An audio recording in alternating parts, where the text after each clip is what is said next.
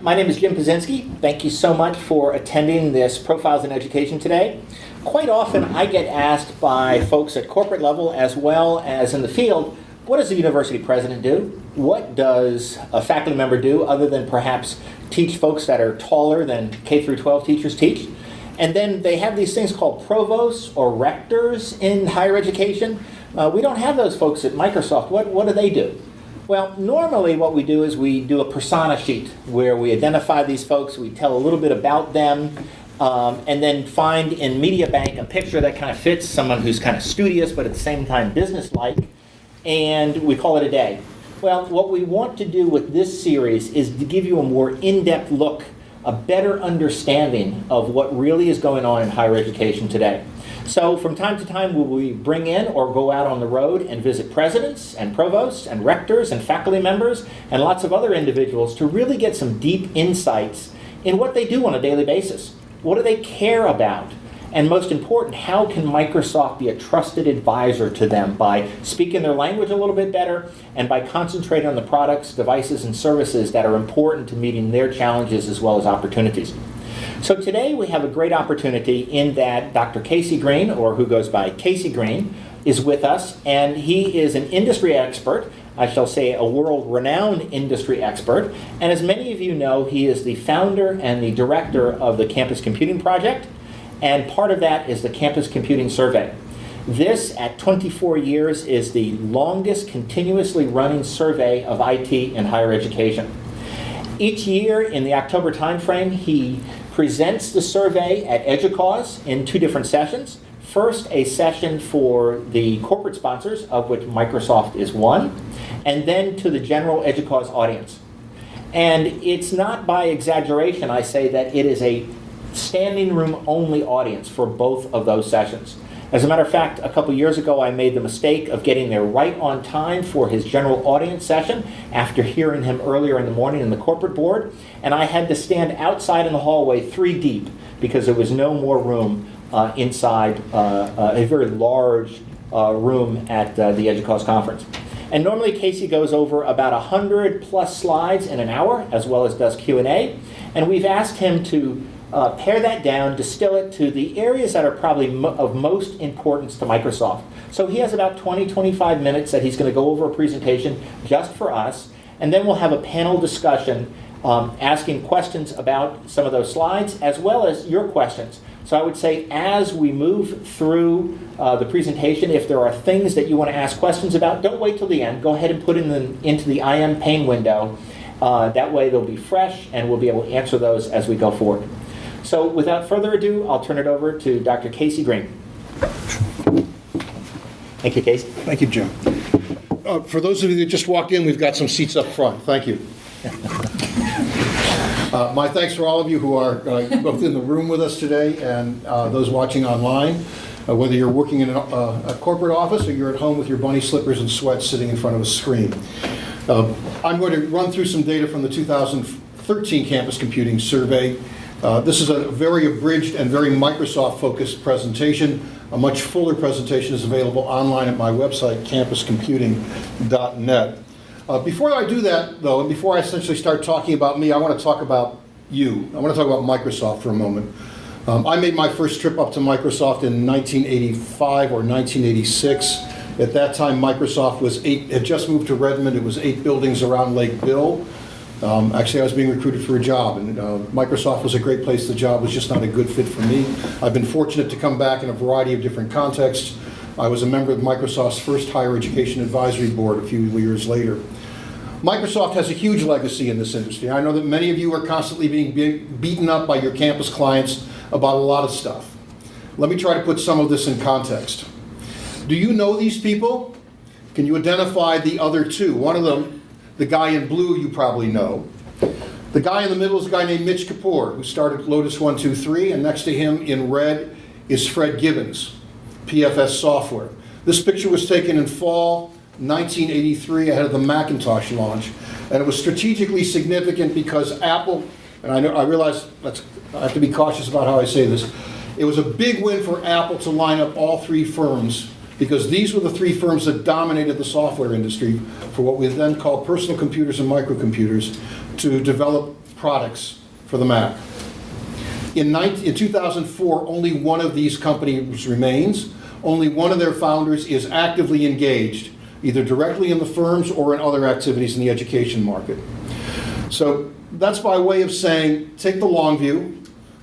Everybody has lots of complaints about whoever is on top. Doesn't make a difference what the industry is. If your customers are complaining, ask them to imagine a world without Microsoft. It would be very different and incredibly uncomfortable for many of us, whatever the issues are. Let me tell you a little bit about me. The Campus Computing Project, as Jim mentioned, was launched in 1990. We're the largest continuing study of IT in American higher education. On screen is a picture of what our website looks like. That's our homepage. We kind of post at the bottom of it in that gray square the most recent materials, either presentations or reports or videos. Digital Tweed is the blog that I write for Inside Higher Ed, and the report in the right corner is sort of a cover of what our annual report begins to look like. Again, I'm going to do a very quick Microsoft-centric and, if you will, loyal opposition perspective on some of the issues from our survey.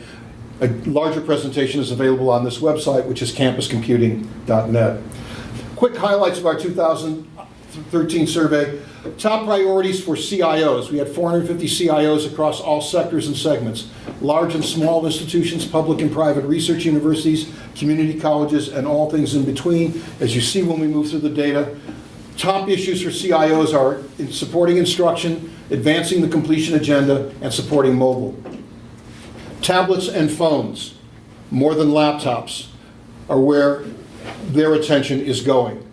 Phones, we know, are ubiquitous on college campuses. Tablets, not so much. But as they think about where their time and their energy and where, if you will, to use a hockey metaphor, the digital puck is going, it's clearly on tablets and phones. You'll see that in the survey presentation. We're seeing big gains in the deployment of mobile apps, not surprisingly, as campus tries to catch up with what's going on in the consumer market. Budget cuts continue to decline. We took a huge hit in 2008. We're slowly crawling back. Publics are doing not as well as private institutions. We're getting mixed assessments from CIOs about the effectiveness of IT. Asked, are you doing well? What we get is it's okay, but it's not where it should be, and we're not fulfilling expectations. We're seeing a slow transition to the cloud. I'll talk about this in some detail and what this might mean for Microsoft. We have data documenting the growing role of video in instruction and campus purposes that are part of this. And we continue to see transitions in the LMS market as Blackboard, who's had a long partnership with Microsoft, loses share and new market entrants in structure, desire to learn, and even open source continue to take share from Blackboard. Top institutional priorities. We ask our survey respondents, tell us on a scale of 1 to 7, not important, very important, what are the most important issues? We rate these according to how these numbers come up. Number 1, 79% say for the 6 and 7 on this scale, very important, assisting faculty with the integration of instruction, IT into instruction. Number 2 is staffing. Staffing becomes interesting because we didn't see staffing as being a priority. Last we saw it was 10 years ago when firms like Microsoft and others were rating college campuses for technology talent. Adequate user support, you could argue, is the flip side of instructional integration. Leveraging IT for student success. How do we take the power and potential of technology for instructional success and student success? And then the others go down. Notice ERP replacement is very slow. Migrating to the cloud, barely 40%. Report that's important. Leveraging social media, not so much in terms of the perspectives of CIOs. The pattern, in terms of the color coding, overwhelmingly the higher priority items are about services based on technology as opposed to the technology itself. If you're looking for a pattern assessment, pattern array, it's service issues more than the technologies. The color coding on this, you can read the labeling. Top priorities are about services, not technology itself.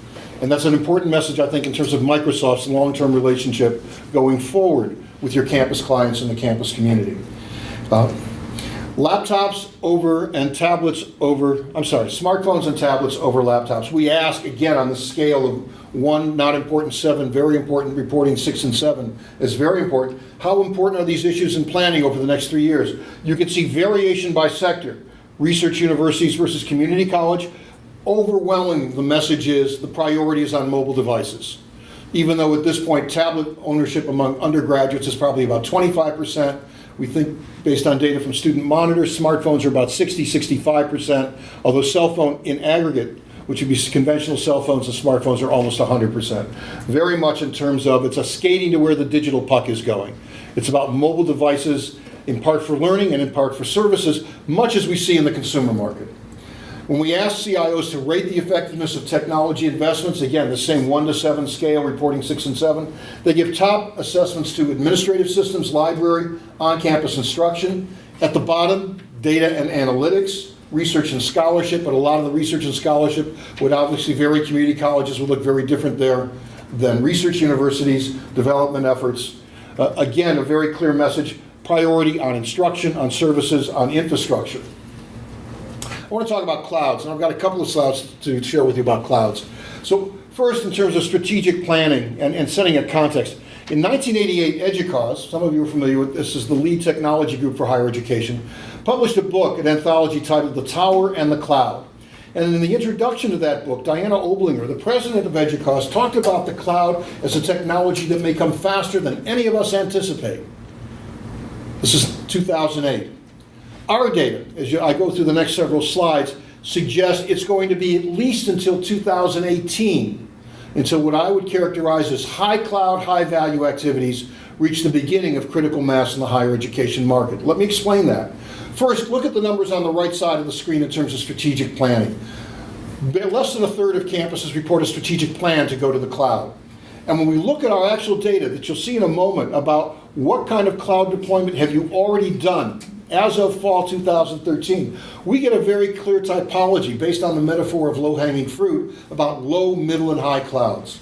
The low clouds are mail and calendar. That game is already done, in part because of the generosity of Microsoft and some of your competitors offering free, primarily student email to colleges and universities, where upwards of 80% of campuses have or are about to accept that offer, take that free email service. And part of that, of course, in 2013 and 2014, email is not a rite of passage experience the way it was in 1986 or even 1993. Students come to campus with 1, actually 3 or 4 email accounts, as opposed to getting their first email account when they go off to college. The middle clouds, where we're beginning to see critical mass, would be calendar, CRM, and learning management systems. And when we think about the public understanding of cloud, and certainly the corporate understanding, what I would characterize, certainly in the higher education market, as the truly high-value cloud applications. ERP, storage, and high-performance computing, deployment numbers are surprisingly low.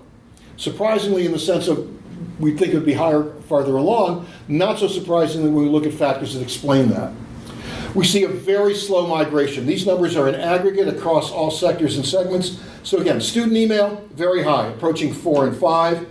Calendar, almost 50%. LMS, because the LMS providers or their partners have actually offered cloud services to campuses. But as we move to the right of the graphic, very clear that we have very low deployment levels, again, of what I would call those high cloud applications, ERP, research, high performance computing, and storage and business. Why is that? One, it's risk. Cloud remains in many ways an unknown for campus officials to say, where else can we go and what else can we see? Have you done this for others before you do this with or for or, if you will, to us? At present, many of the key application providers for high-value ERPs haven't made announcements about their strategy. There was a small brouhaha in the marketplace in September when Workday announced that kind of went all in with an announcement about a student information system that would be in the cloud. And it really wasn't all in. It was kind of a kitchen sink design of all features and functions. It was as much serving notice to campus clients that we expect to be there, as well as to campus competitors throwing a gauntlet at their feet saying, we are going to be there. But if you read the press release and sort of tinkered around a little bit on that, it was very clear that Workday wasn't going to release that application until 2016, and given the review and deployment cycle on college campuses, may not have as many as 25 or 50 campuses actually running that cloud-based student information system by 2018 or even 2019. So we're waiting for models. There's issues about trust, and for many older line IT officers, it's a matter of control. Why should we give this to you when we can control it ourselves, and at least we'll be responsible if there's problems, having witnessed some of the problems that Amazon and Google have experienced with their cloud services. We look at email and office applications. Again, the green bar, student email, game over. Again, courtesy primarily because of Microsoft and Google offering that. Notice, however, that there's a big gap between campuses willing to give student email off to Google and Microsoft as opposed to faculty and administrative email. A lot of that I take as a matter of trust. It's a matter of control. It's a matter of also e-discovery. Who's poking at our stuff, and can we get back to our stuff if it becomes important for us for litigation or other purposes? And finally, look at the final bar, the blue bar for Office apps. You and your competitor in this market offer a full suite of applications in the cloud, very low acceptance in the higher education market. I would argue both you and your major competitor, Google, have done a terrible job of explaining to the rest of us how this works. We have all come of age with apps on a device. We kind of get email because we know we've got to make a connection to a network and to the ether to send our messages out. We're wondering what happens in terms of our applications, our files, our features and functionality, if it sits in the cloud, if I'm in an airport, if I'm in an unconnected environment. And I think a large part of the slow deployment of the cloud offering of these core applications for word processing, spreadsheet, and other core is that both parties and their partners on campus have not done a good job explaining to students and to faculty and to other users how this actually works, what are the benefits, and why this may be better for me than having to actually have this sit on my device.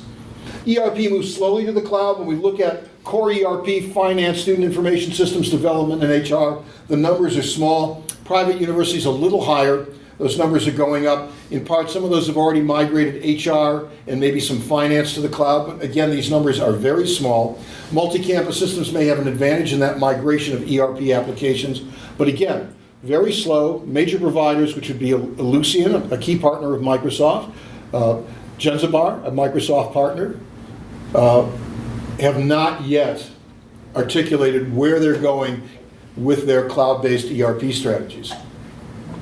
I mentioned Workday. This is just a quick flash of a column I wrote. You can find it on my digital tweet blog explaining the Workday announcement. Research at HPC, also the numbers are very small, surprisingly small. Amazon's been selling cloud services. Other providers are selling cloud services.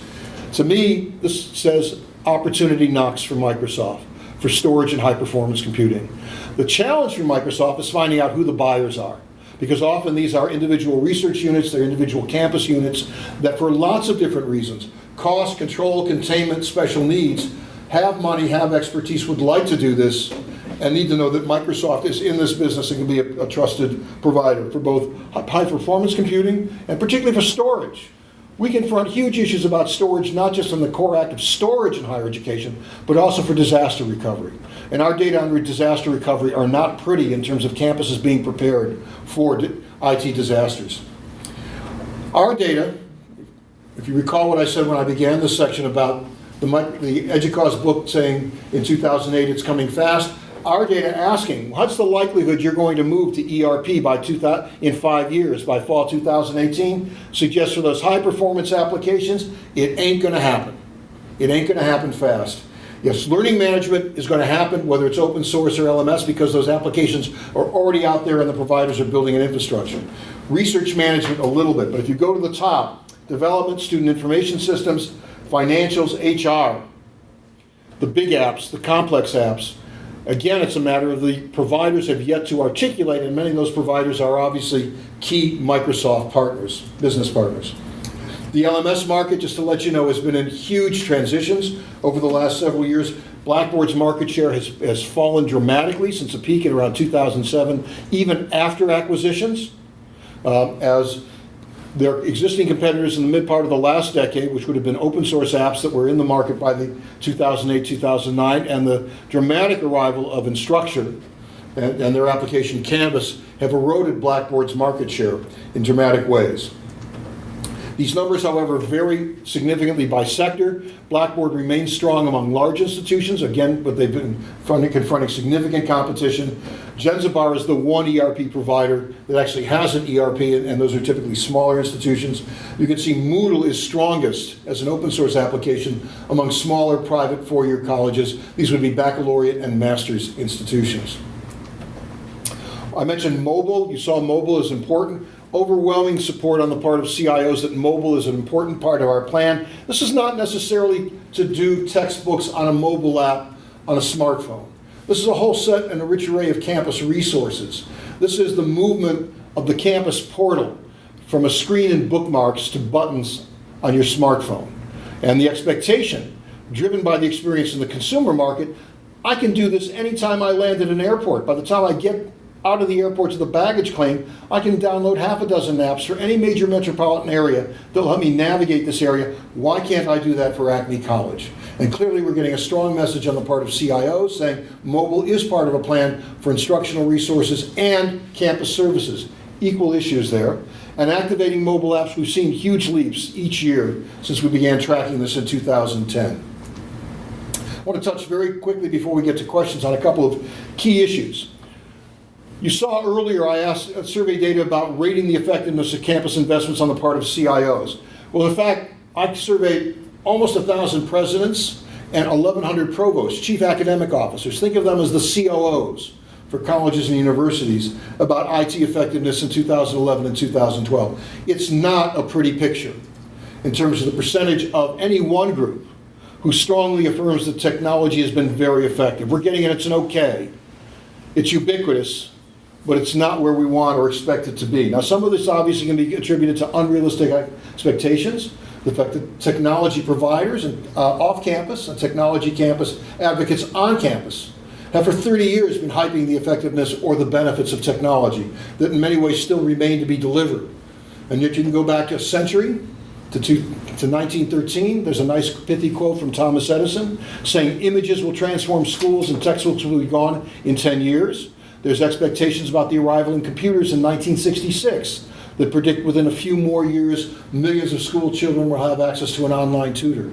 So we have these great expectations about technology. It is the bright shining object. The question is, how do we make that object shine beyond just the delivery of content? Some of it, I think, also in terms of explaining this is a failure to communicate between IT leaders and IT providers and faculty and administrators, setting real expectations about what can be done, what can be delivered over what period of time. As a sidebar to all this, for all the data we have, we do a terrible job of using data for decisions. Again, 3 national surveys of presidents, provosts, and CFOs. We don't do a good job, even though we've got a lot of data. And I would argue, and I think it's an important argument for Microsoft to understand, the key campus challenges are no longer about technology. Technology is the easy part of this conversation. We used to have religious wars about technology. We don't have those religious wars anymore. The challenges are really all the other stuff. It's people, it's planning, programs, priorities, silos, egos, budgets, and entitlements that get in the way of effective technology planning. Over lunch earlier today, Jim and I were talking about some of the iPad challenges confronting school districts. Is that an Apple failure or is that a school district failure? Yeah, the iPad is a bright, shiny object, but Microsoft and Google or any Android provider should be saying in terms of what you've heard about Los Angeles and other districts, there but for the grace of the digital gods go us. That's not a technology failure, that's a people failure on the part of the LAUS school district in terms of planning for the effective deployment of those iPads. The real challenge is to provide much needed support, recognition, reward for faculty who are at the front line of this. That hasn't changed in 30 years when the first Apple IIs, IBM PCs, and Macs went into schools and colleges. We need to address the rising level of digital demand in terms of an effective infrastructure. And we need to effectively communicate about what we can do well and what we must do better, both for providers and technology advocates. The context of the conversation on campus is driven by 2 issues. It's a consumer experience. All this stuff is happening off campus. Why can't I do similar things on campus? Again, think about the example I used about mobile apps. And there's rising pressure for productivity. We know that technology is linked to productivity in many ways to other sectors. Why aren't we seeing various kinds of productivity gains in higher education? And that translates in 2 ways. Why don't faculty make more use of technology for e-learning? Why don't colleges and universities make better use of technology for management and operations? And there is this kind of plus ça change. The more things change, the more they stay the same issue with faculty. In 1986, we asked how we get faculty to use computers.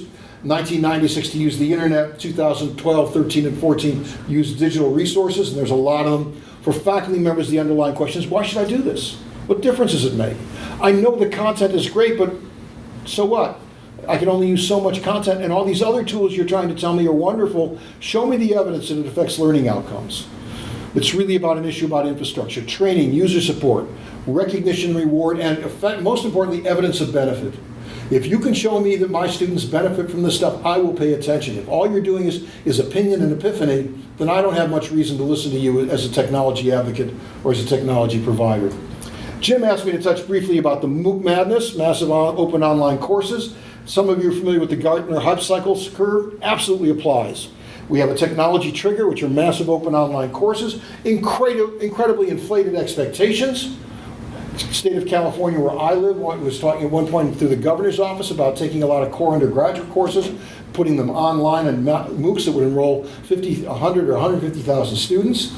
We go through a trough of disillusionment, which is what we're experiencing right now. Problems with effective delivery, infrastructure support. Each of the three major MOOC providers has pulled back in one way or another. EDX, Harvard and MIT is no longer going to try to do an employer linking. Udacity is saying it's going to stay out of the shift from higher ed to other markets. And Coursera, which was probably the best known of these, is trying to redefine issues about retention and course completion based on motivation as opposed to just being there and registering. We get a slope of integration. Well, what parts of this can we pull off? Plateau of productivity. We've seen this with every technology cycle. MOOCs are sort of now beginning the downturn, from inflated expectations to trough of disillusionment. The big numbers garner media coverage. We have yet to see the completion rates. And the completion rates aren't great. They're some evidence about 7.5% or 8%. And in terms of the access issue, there's some data from Penn, for example, that 40 or 50% of the people who sign up for MOOCs already have college degrees. They are self-selecting, highly motivated individuals already going in, as opposed to a population that more effectively represents the lower division undergraduate population in large institutions and community colleges. At the risk of shameless self-promotion, one last slide. For those of you who want to take an entrepreneur's look at this market, I would recommend to you my presentation at the Saylor Foundation in April last year about infrastructure and innovation. The audience was aspiring ed entrepreneurs and the VCs that might fund them. The video of that is available on my website. Go for infrastructure and innovation in the gray block. So we'll start first with Larry's question. He wanted to have it around ERP, CRM systems, I'm sure. No, there was a slide a few back that showed usage in various schools of Office products. Yes. And I noticed that private 4 years were significantly higher than all the other categories. Yeah. And I was just curious if that was kind of a cloud productivity. That may have been the smaller scale made the communication better, depending on the campus. I was just curious if, my question initially was, Yeah. was Google Apps part of that Office blue bar, or? We aggregated it, but we have separate data for both. So the blue aggregates yours and theirs, Larry, and we've got separate data for both. So private universities, it was interesting to me that Office apps were slightly above faculty email. It was the only school group that had that variance, if you will. I'm just curious. I think that's just that some of that may be a little sampling bias in terms of the campuses that might be strong Microsoft clients or other clients, and their efforts to advocate for those apps as opposed to licensing individually and putting it on clients. But I think the underlying issue here is if I've come of age, as we all have, if I'm 25, if I'm 45, if I'm 65, always having my app on a device. How do I understand how this works? Because it seems to me fundamentally different. I know what it means for my email. I am unconnected if I have no signal. And most of us are used to being able to work absent signal on word processing, spreadsheets, graphics, whatever.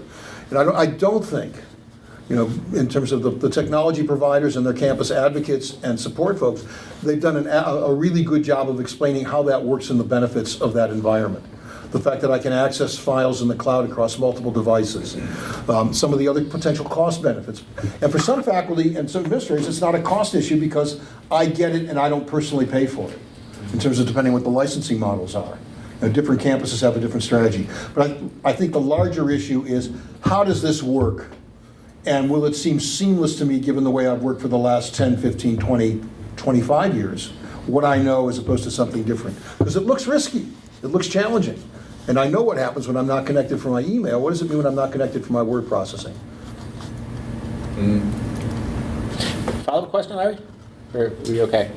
That'll do for now. Okay, so I think, Casey, one of the things I see with what you said as far as them being reticent to move their faculty and staff email into the cloud, in some respects that may benefit us, at least in the short term, because many of them are on Exchange. I have noticed that even when a school goes Google for their students, if they have a medical school, they stay on Exchange because of HIPAA requirements, etc. So I think we do need to do a better job of explaining what we offer in the cloud and how you can do discovery and archiving, etc. But at least I think for those institutions that have faculty and staff with Exchange, we have a much stronger position that we can leverage. Great. Eve, you had some questions? Yeah, I mean, thank you so much Thank you. for the presentation and the great content. You talked about the cloud adoption and the challenges around cloud. You talked about MOOCs and, you know, the good and some challenges associated with this. From where you stand, where do you see some of the big trends or big things coming when we talk about technology and education?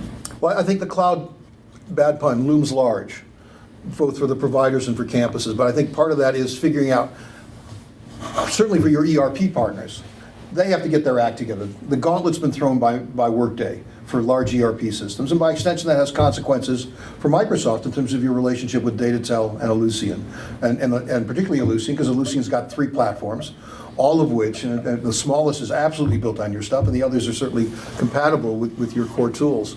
And they've not done yet the same level of an announcement, a simple, focused announcement, we will ship and we will deliver, the way Workday has. That's one part of it. I think the real opportunity, though, for Microsoft is the area of high-performance computing and storage.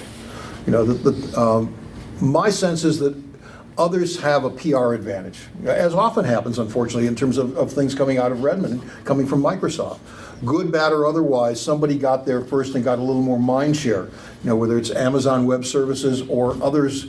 SunGard's in this business as well, you know, in terms of the company that sold off SunGard to make Ellucian.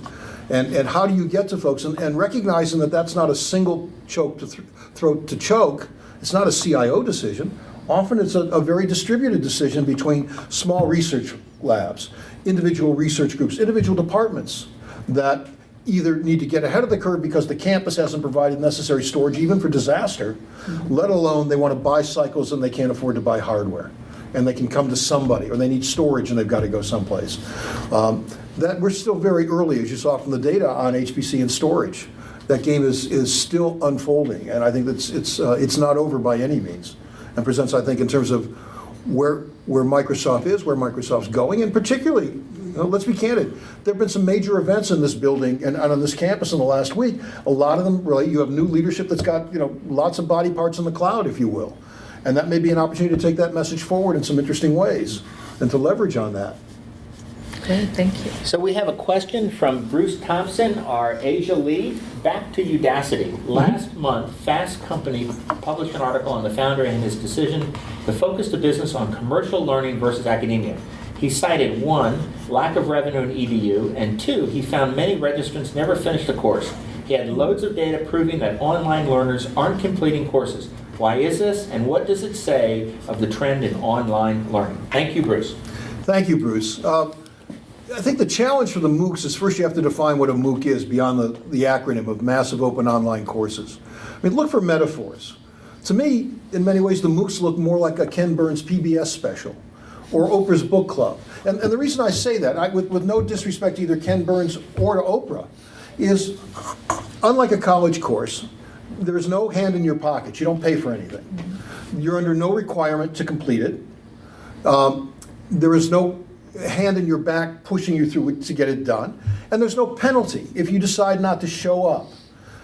The other part is, you know, for many folks, it's an aspirational experience. Gee, this looks interesting. Ken Burns looks interesting. The Oprah book looks interesting. But a lot of it's avocational. It's my individual portfolio, as opposed to something I need, something I must have. And if you look at the completion data, the Chronicle of Higher Education did a survey about a year ago. They found 30 or 40 MOOC instructors, asked them about the completion rate for their MOOCs. The completion rate was running 7.5%. There's a huge fall off even between registration and day one, let alone at some of the other milestones.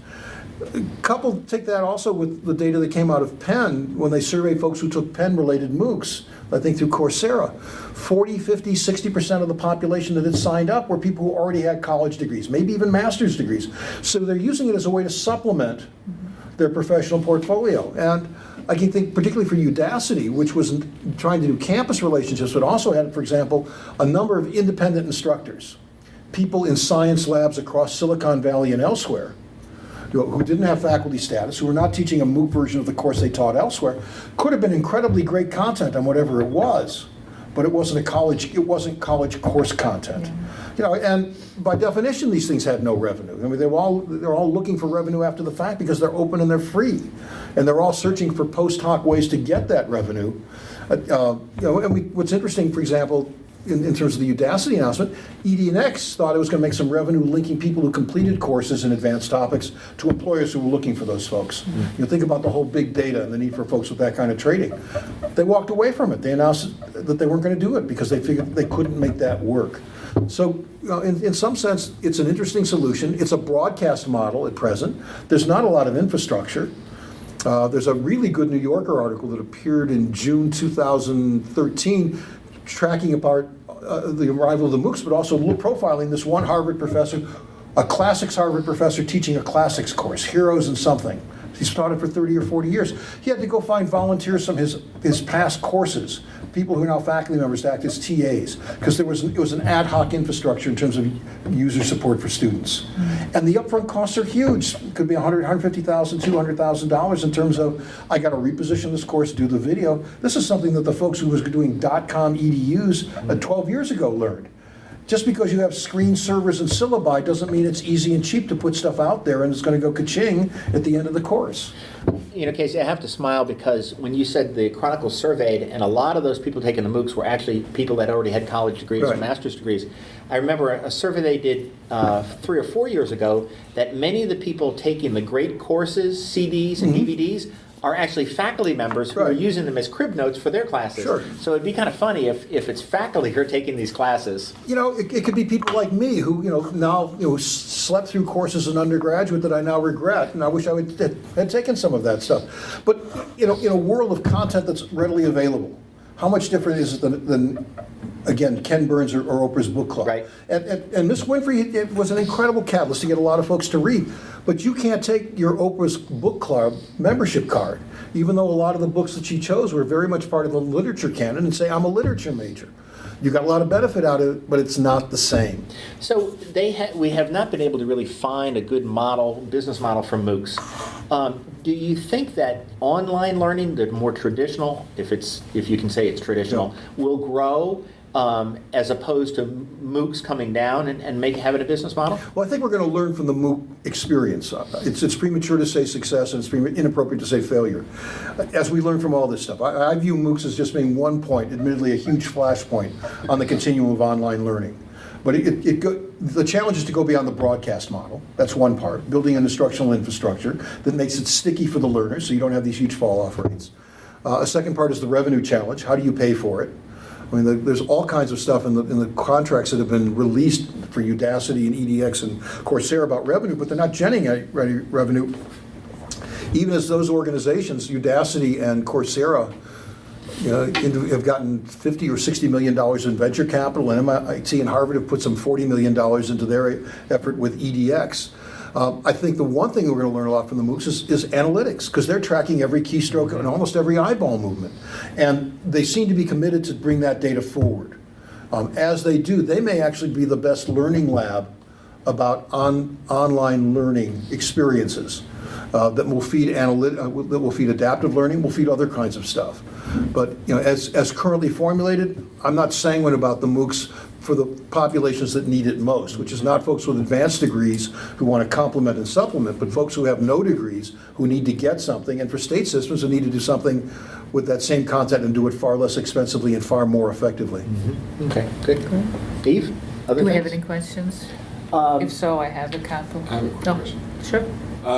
In the past, I believe your research data was U.S. focused. Is that Yes. still the case? Still the case. We have affiliations in a couple of countries where folks who have licensed what we're doing to do it locally. We've had a long-term relationship with Brazil where they do this survey every other year. Right. We tried and had one cycle with China through Peking University. That was done some time ago. We keep hoping for that. Had a relationship with Canada. The challenge is, I feel strongly that folks should not be filling out surveys for KC in California. They live outside of the U.S. And it needs a local face and a local force to give it value for somebody to say, why should I take time to do this survey? So we are very interested in helping folks launch affiliated projects. I just don't think I can do an effective job to convince people to take time to fill out a survey for some guy who lives in California. I'm curious, in the instances where you have had some affiliate activity, did you see any wide differences between what's going on in the U.S. and other markets? We see a lot of, we see the U.S. is clearly ahead. The others can be 3 to 5 years behind. The China experience was interesting because in talking with my colleagues at Peking U at the time we did it, it seemed to be a rare example of data coming in as opposed to dicta going out from the Ministry of Education. Mm-hmm. It really was kind of a pullback about some of the infrastructure issues. There's very much kind of a triage, not triage, but there's clearly levels of resources between the most elite institutions in China and the regional universities and others, as there are in other places, but particularly in China. And the data seem to confirm that in terms of infrastructure. Mm-hmm. We've tried to do this in India. We've tried to do this in both developed and developing nations. It's finding the right partner to say, we can show you how to do this. We know that there's ways to help you underwrite doing this in terms of the interest of a lot of the firms that help with the U.S. project. But I just think it really needs a local face and a local force if it's going to be successful. And somebody to do the customization. It needs to be a triage. What's important in each of these countries as opposed to the U.S. questionnaire. Casey, we have a question from our colleague Eric Hertog. He said, meaning you, that the broadcast model is not the end game. So what does it mean to go beyond the broadcast model? What would this look like? And then he says in paren, I'm assuming Casey's talking about something more interactive, and I'm curious for him to articulate what that could look like.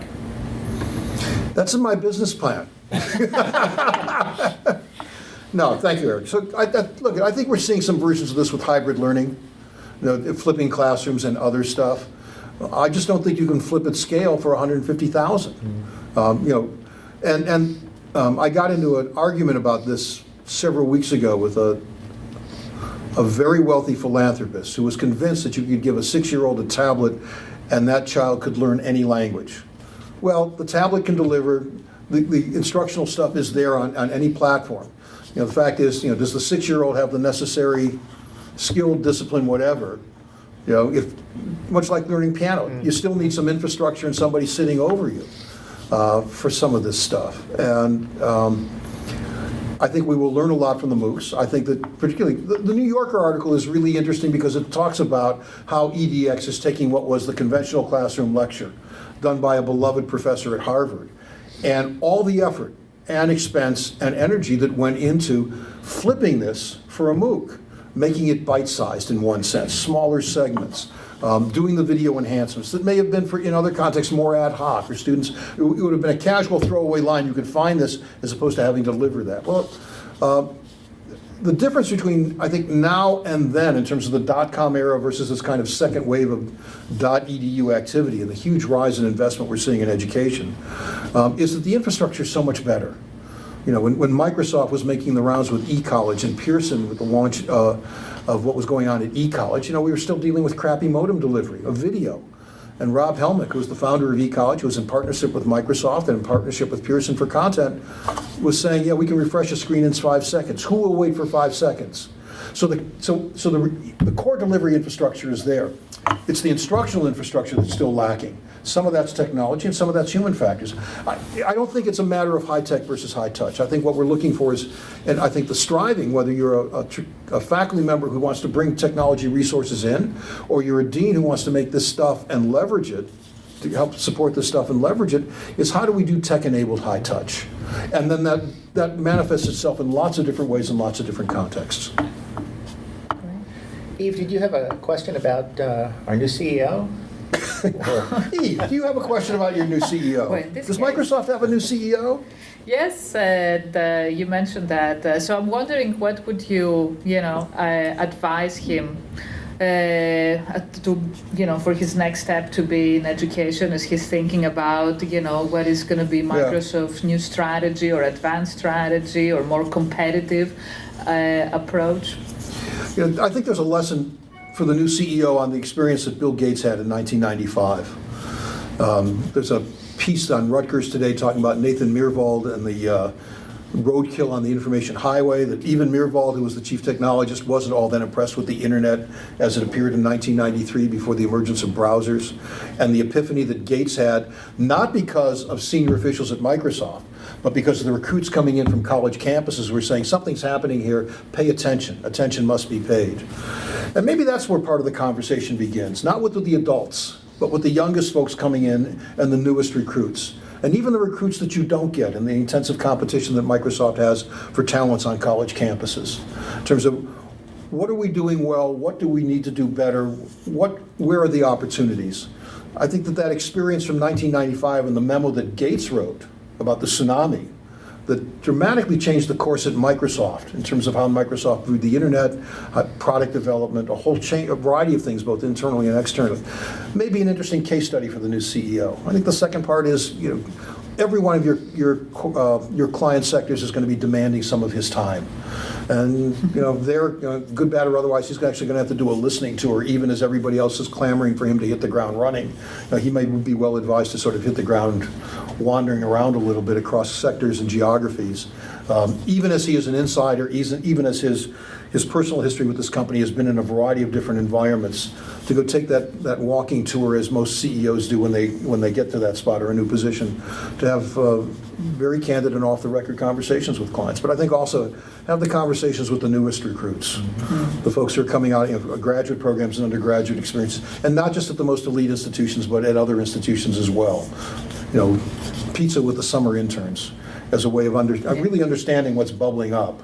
And then also do triage on those conversations, because they'll all have wish lists to say, if only you could do this. Well, I think part of the challenge, and Jim, you and I were talking about this at lunch, Microsoft can't be everything to all people. It's a matter of picking selectively and strategically.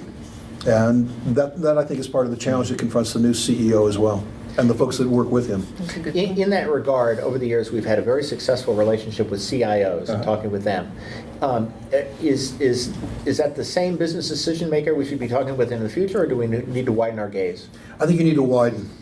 The technology folks are no longer, unlike their corporate counterparts, they have never had, even if they might have thought they did, the kind of command and control authority their counterparts in other sectors have had.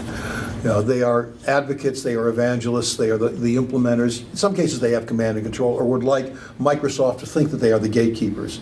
But the reality is, higher education works on collective decision making. One of the most interesting experiences I've had in my 30 plus years of doing this is watching the CIOs get angry when English professors started showing up at technology planning meetings, because the English professors now were end users. They were no longer clients. They too had direct experience with these products and services. They had opinions, and they were reasonably informed opinions. That was a moment of disconnect and great dissonance for a lot of old school heavy metal CIOs. I think the other thing to think about CIOs is that increasingly many of them are no longer what I would characterize as heavy metal people. If you look at the experience in the mid 1980s, 1990s, as CIO positions emerged on college campuses, they were typically heavy metal guys.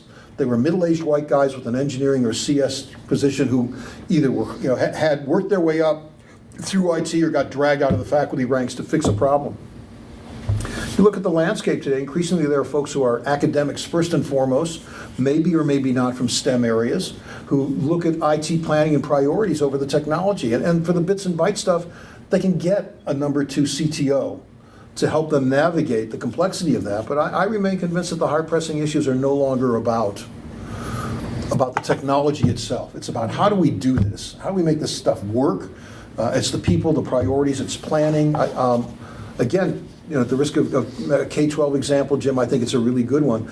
The problems in the LA school district, the iPad is a bright and shiny object, and Apple probably pressed hard, as did their competitors, to get that contract. It was a huge contract. But that was a planning and deployment problem. That was not a technology problem per se. And better planning and deployment and thoughts, thinking through this stuff. The kids were going to hack it. There'll be issues about curriculum. They got to deal with incredible training. Well, we've had versions of that for the last 30 years. Why would it be any different with a different kind of device? So we'll continue to talk with the CIOs. We'll talk to the purchasing agents, but who else should we be talking to? We won't be able to go to the faculty senate. Right. So what's the 1 or 2 other people on campus that we should stop in while we're talking with the CIO? It depends what message you have for these folks. I mean, it's not a technology message, I don't think, any longer. You own them already. They're all using Microsoft applications, one way or the other. So the question is what? It's not, we're here to offer you Microsoft. Is what can Microsoft do for you? And I think, to a large degree, a lot of folks don't know all the other stuff that's in the portfolio at Microsoft. Whether it's cloud services for folks that need to buy that in whatever departments, or storage, because lots of people care about disaster recovery, other kinds of things. And I think that, unfortunately, Microsoft just doesn't do it as effective a job as it needs to, or a sustained job in getting that message about how deep and how rich the portfolio is of resources and services. So it's not a matter of knocking on my door and say, I want to offer you this. Let's do a needs assessment and let us tell you how we can do this well and do this effectively for you. And I think the second part of that is also being very careful about the partners you bring to that table. There is huge carpool fatigue in higher education, as there is in other sectors. We're tired of logo buddies. The local contractor, who's going to do this with us. We picked him or her up on the way to the meeting, and we'll throw them off the van or the minivan as we get out of the meeting. Like every place else, we want one throat to choke. We want concierge service. We want to know you've shared medical records. So I don't have to keep going like a phone tree. Press 1 if, press 2 if. I want one place to call. I want integrated services. And in fact, you've got a lot of that. The question is, how do I know that? Help me understand that. Help me map that. Not just you're trying to map higher education. Higher education needs help mapping what you do and what you can provide. Okay, we have 2 minutes left, and we have one more question in the IM. This is another one from Bruce Thompson, our Asia time zone lead. From a campus administration perspective, what is the current view of Microsoft and Google as technology providers? That's a good thing. They like you. They really, really like you. More importantly, they're dependent upon you. I mean, I don't have a Q score about who's up and down in particular sectors. I think depending on the day, depending on the individual experience, you are known, you are respected, campuses are certainly dependent upon the resources from both these companies and others, some of whom you're partners with, some of whom you are competitors with, and some of whom you have frenemy relationships with. But these folks are rational in the sense that for all the angst and let me give an example from a different sector. From all the angst and anger that many of you have heard about Blackboard, and there's a lot of it. In the end of the day, when campuses do their bake-off to renew a contract, or they've had a bad experience or anything else, it's not the angst and anger that drives those decisions. These folks engage in a pretty comprehensive review, and they make a lot of effort to try to do a best fit. And I think that's important for Microsoft to understand, is that for all the angst and anger and all the stuff that gets thrown at Microsoft because you're Microsoft. I've heard people affiliated with this company saying they're really delighted that Blackboard's in the market because that's been the sponge for a lot of the angst and anger that used to be directed at Microsoft. Understand, when it comes time to press and time to push a button about a major decision, it's not the angst and anger that fuels it. That may get a lot of the buzz on campus, or there's one particular faculty member department that makes a lot of noise. But that's just noise, ultimately. Okay. The big decisions are carefully made decisions. Outstanding. Well, Casey, this has been very beneficial. We're at the half hour, and I want to be respectful of folks' time. We will send out the slides. We'll send out the recordings. In addition, if you have recommendations, suggestions, requests for who we should talk with in the future, please send them my way. And in the meantime, thank you so much again, Casey, for spending the time with us. Thank you both. Bye, everyone. Thank you for all who are here today.